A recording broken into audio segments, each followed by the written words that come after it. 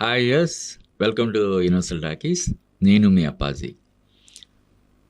Balayya Koratala combination గురించి మొట్టమొదటిగా మనం యూనివర్సల్ టాకీస్లోనే బ్రేక్ చేసాం. తర్వాత అన్ని చోట్ల అది దానికి సంబంధించినటువంటి వార్తలు వచ్చాయి. ఇప్పుడు లేటెస్ట్ అప్డేట్ ఏంటంటే ఈ సినిమాని సితారా ఎంటర్టైన్మెంట్స్ పతాకంపై సూర్యదేవర నాగవంశీ నిర్మించేందుకు సన్నాహాలు చేసుకుంటున్నాడని చెప్పి మనకు తెలుస్తుంది.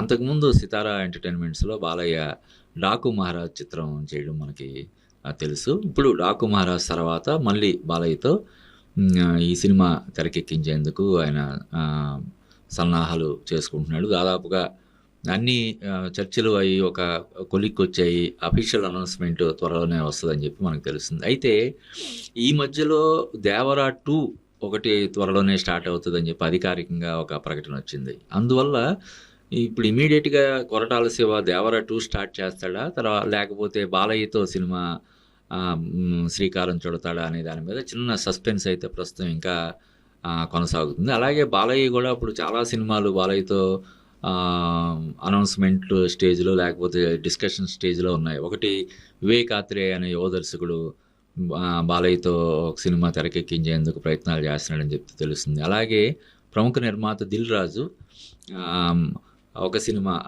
ఒక మలయాళ దర్శకుడితోటి హనీఫ్ అదేని అనే ఒక మలయాళ దర్శకుడితో సినిమా తెరకెక్కించేందుకు ప్రయత్నాలు చేస్తున్నారని తెలుస్తుంది. అలాగే బోయపాటి శ్రీను దర్శకత్వంలో బాలయ్య మరో సినిమా 5వ సినిమా అని చెప్పి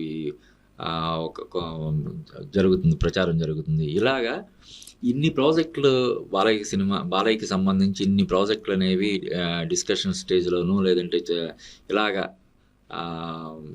సోషల్ మీడియాలో చక్కర్లు కొడుతుండడం చాలా ఆశ్చర్యాన్ని ఆనందాన్ని కలిగించే విషయంగా మనం చెప్పొచ్చు.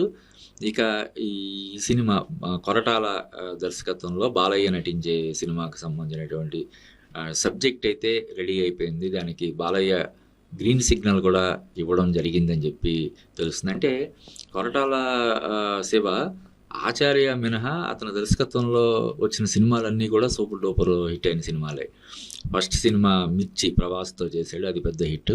తర్వాత మహేష్ బాబుతో తీసినటువంటి శ్రీమంతులు, అది పెద్ద హిట్. తర్వాత ఎన్టీఆర్ తీసినటువంటి జనతా గ్యారేజ్, అది మంచి హిట్.